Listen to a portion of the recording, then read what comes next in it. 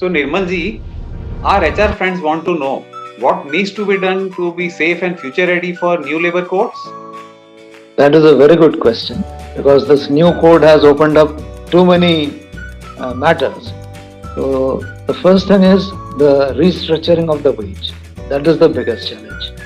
And after that, we have to consider all the flexibilities that have come in place of all the rigidities that were in place before.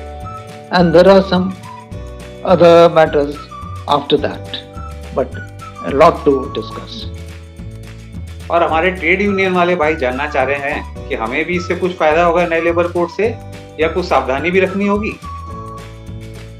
देखिए, सबसे बड़ा फायदा तो ये है कि उनकी अवधि अब 5 साल तक की हो सकती है। अभी तक तो 1 साल की हुआ करती थी औसतन। और सावधानियां, जी हाँ, बहुत से आयाम ऐसे खुल गए हैं जहां उनको सावधानी बरतनी पड़ेगी। One question that is coming from the employees side is that due to the implementation of this code, will our in-hand salary decrease? Well, Nirmal ji, in some cases, yes, it may reduce.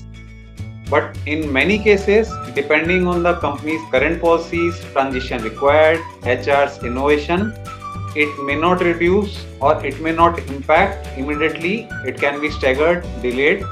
So we'll see in the actual podcast.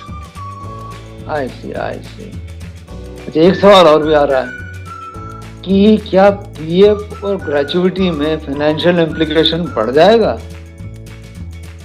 तो अपने HR के दोस्तों को मैं ये बताना चाहूँगा कि हाँ, ग्रेचुइटी में फाइनेंस के साथ सलाह करके कुछ तैयारी रखें।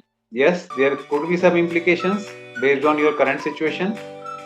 और पीएफ के केस में if we understand the law properly, everything, then maybe we can protect our interests while complying to the laws. So we'll see on 21st December.